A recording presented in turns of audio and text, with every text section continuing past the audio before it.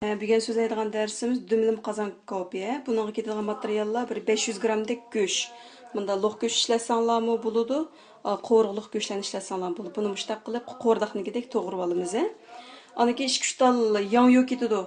Men mavu naq vaqtida qilaman deb yongyoni qilmadim. Yongyonimni oqlab yuvib, qo'rdoqnigidek to'g'raymiz. Andan keyin yetarli tuz, bir bol qo'shiq zira, bir bal qo'shiq qarmush, ma uchini hozirmushni tamlandirgan shiltimiz. Yana bir bal qo'shiq qarmush bilan yana bir bal qo'shiq zirini keyin ustiga chachadigan shiltimiz. Andan keyin bir tal maymun shaptul. Oldi bilan ma bu tuzni, zirini, qarmushni silib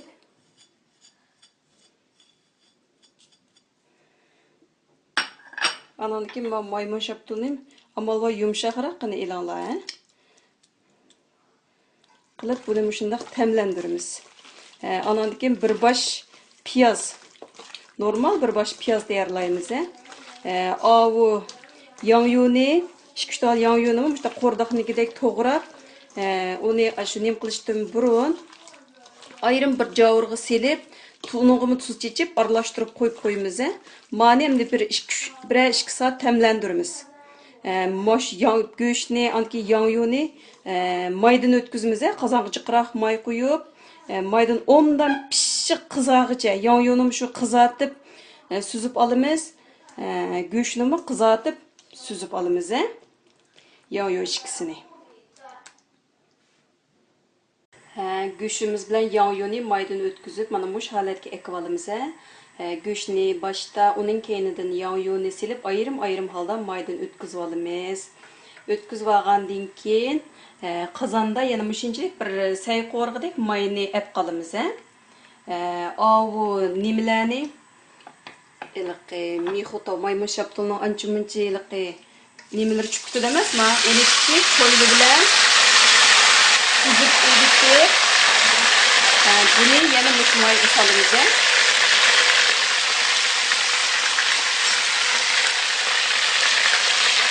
Elib bunu bir 2-3 minut qo'raymiz. Mayda qo'raymiz. Buni qanday hech nima solmaymiz. Mushta qo'rib etib, endi buni o'tni pasaytib, tuvoqni yepib, taxminan 20 minutdan 25 minutgacha dumlaymiz.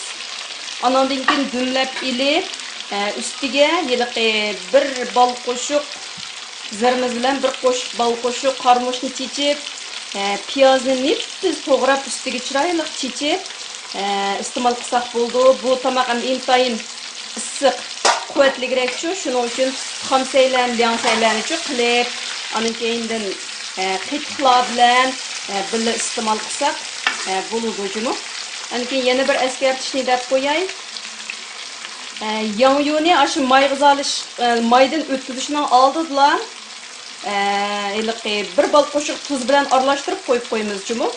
Go'shtimiz mayda ondan qizarib pishivag'icha. Andan keyin choylada suzib elib, anan keyindan choylada suzib ep bo'lgandan keyin ushaq iliq chiqib ketgan mixotaning ushaq nimalarni bir qurib suzib etib, anan keyin yongyoni silib uni suzib elib, anan keyin mamash qilib kelamiz.